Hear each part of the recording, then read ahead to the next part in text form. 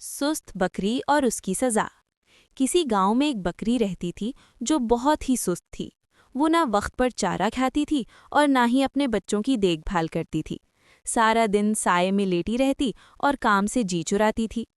गांव की दूसरी बकरियां सुबह सवेरे उठकर चरागाह चली जातीं, लेकिन सुस्त बकरी कहती, अभी बहुत वक्त है, बाद में देखूंगी।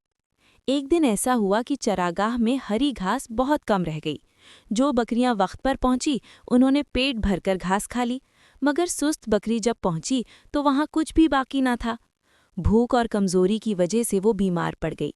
तब उसे एहसास हुआ कि सुस्ती ने ही उसे इस हाल तक पहुंचाया है। उसने दिल ही दिल में अहद किया कि अब वो मेहनती बनेगी। उसके बाद सुस्त बकरी रोजाना वक्त पर उठने लगी, चारा तलाश करती और अपने बच्चों का ख्याल रखने लगी।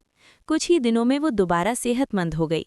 सबक: सुस्ती इंसान को नुकसान पहुंचाती है, जबकि मेहनत कामयाबी की कुंजी है।